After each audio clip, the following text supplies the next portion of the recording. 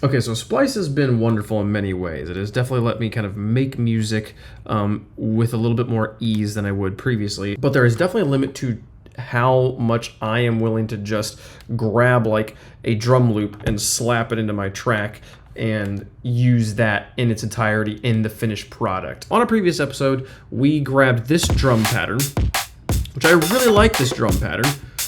There's a lot of cool little layers to it. And the best part about it is it's like 32 bars long, so on the next 8 bars, they add new things. And then after this 8 bars, they'll add more new things, constantly changing up the pattern. I spent today basically putting all of these things, and most of these are still different samples and sounds from Splice, but they're from a whole bunch of different Splice things. So while at the end of the day we are still combining samples, I think that this specific combo is something we've made and no one else has made, and that feels good. So here's what mine sounds like.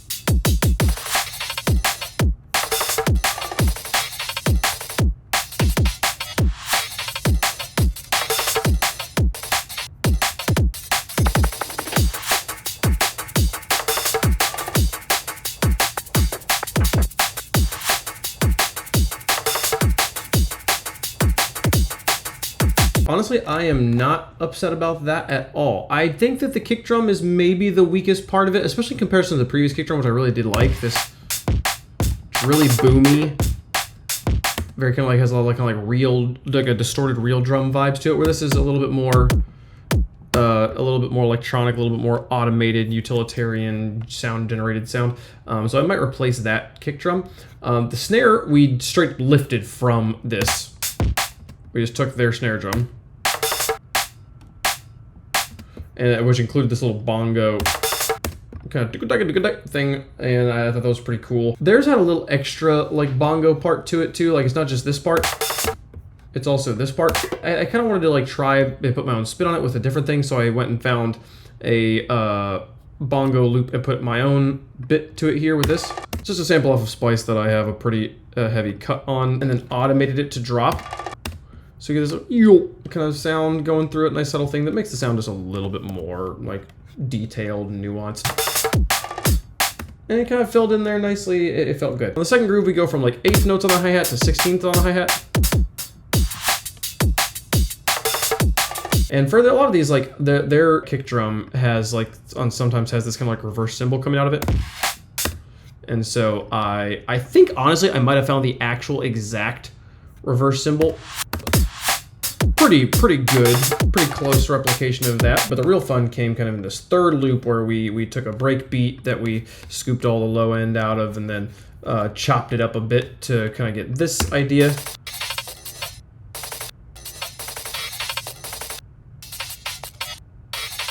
I really like this kind of 4-hit sound. And so I tried putting that in a few different places, including kind of here at the beginning, chopped up in different ways. Then down here at the end, actually looped twice.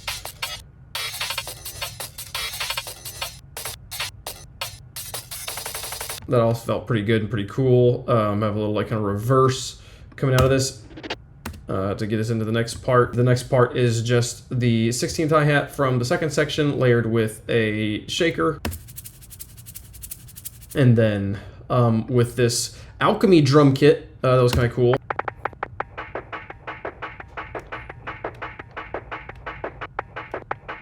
And all of that combines to sound like this.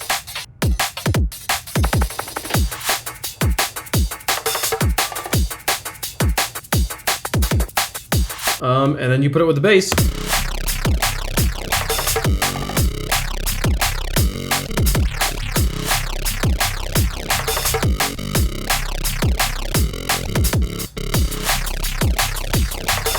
it was pretty cool. I have not listened to this bass without these headphones on, and I don't know if maybe like on normal speakers the phase makes this bass really bad, so I'm gonna do that after I turn this episode off. I'm happy to have this drums in a place where I'd feel comfortable putting this into a track of mine. So now that I can actually kind of like start to turn this into something. I haven't abandoned the previous track. I will probably go back and try to work on it, but it was starting to turn into a normal wave punk track, and I'm trying to make a drum and a bass track with drum and basses. Really trying to not run away from like how out of my comfort zone this whole style is, but I really want to be able to make this type of music. So yep, that's what we did today. Thanks so much for watching. See you guys tomorrow. Bye.